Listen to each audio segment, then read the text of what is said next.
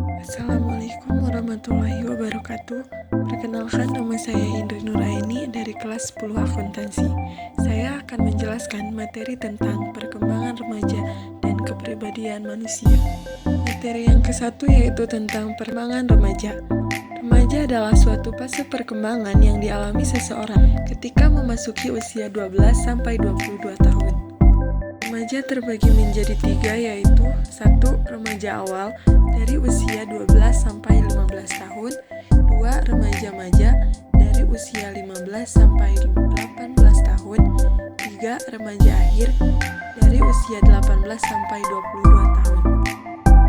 Masa remaja disebut juga masa peralihan, di mana mereka harus meninggalkan segala sesuatu yang bersifat kekanak-kanakan serta mempelajari perilaku dan sifat baru untuk menjadi dewasa. Mereka bukan lagi seorang anak dan juga bukan orang dewasa. Sifatnya sebagian sudah tidak menunjukkan kekanak-kanakan, tetapi juga belum menunjukkan sifat sebagai orang dewasa. Sekarang mari kita bahas perkembangan-perkembangan pada remaja. Yang pertama yaitu perkembangan emosi. Remaja memiliki ketegangan emosi yang bersifat khas atau disebut juga badai dan topan atau storm and stress, menggambarkan emosi yang tidak menentu, tidak stabil, dan meledak-ledak. Hal ini sering diwujudkan dalam bentuk cepat marah, suka menyendiri, gelisah, cemas, sentimen, nervous, dan sebagainya. Gejala tersebut biasanya disebabkan oleh banyak faktor seperti perubahan hormon, nutrisi, anemia, keluarga yang tidak harmonis, tuntutan yang sangat tinggi, bisa juga karena banyak hambatan di rumah, misalnya karena ekonomi keluarga atau keluarga yang broken home. Perkembangan yang kedua yaitu perkembangan sosial. Remaja disebut juga periode mencari identitas. Mereka berusaha menunjukkan siapa diri mereka dan peranannya dalam kehidupan bermasyarakat. Pergaulan dan berinteraksi sosial dengan teman bertambah luas dan kompleks. Hal ini bertujuan untuk mencari bantuan emosional dalam kelompoknya, karena keberhasilan dalam kelompoknya akan menambah rasa percaya diri. Perkembangan yang ketiga yaitu perkembangan fisik. Remaja disebut juga periode perubahan, ditandai dengan perubahan fisik yang pesat, perubahan perilaku, perubahan sikap, perubahan emosi, dan minat.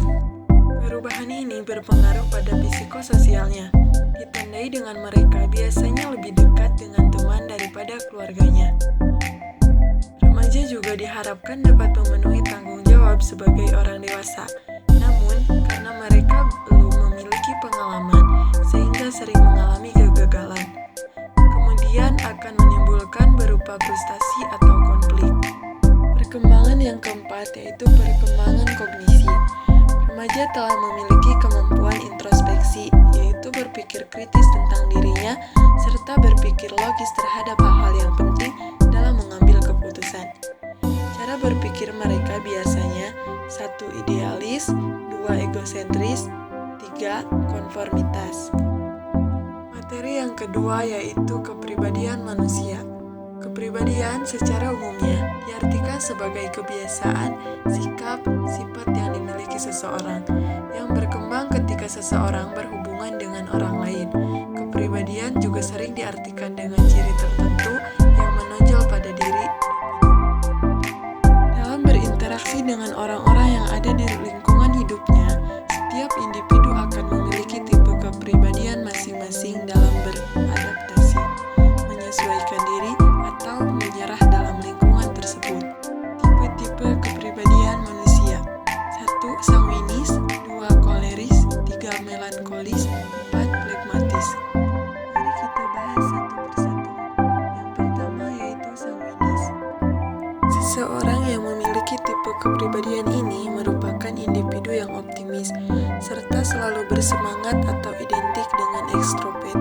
Orang sanguinis juga selalu kreatif dan ramah dengan orang lain.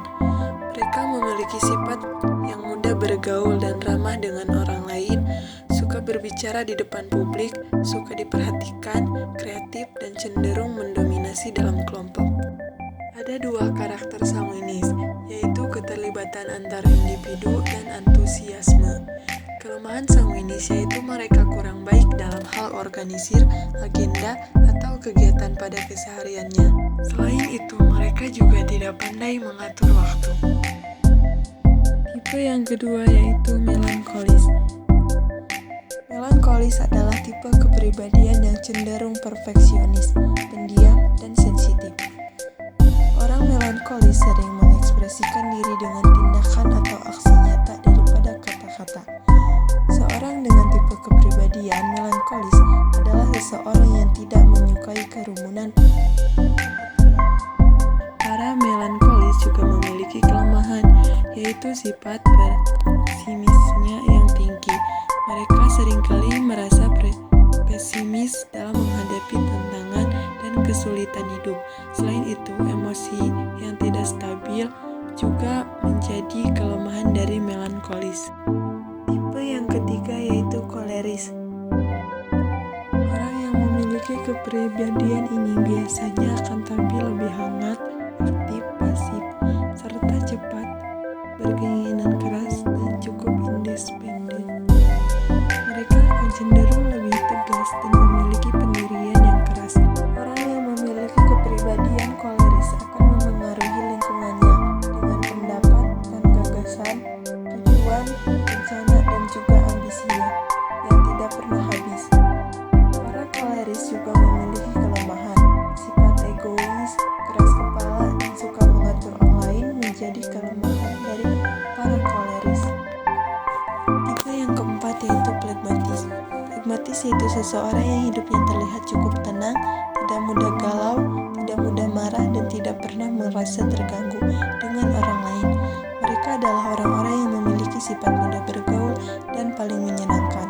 Mereka tampak begitu tenang dan cukup pendiam, jadi mereka jarang terhasut.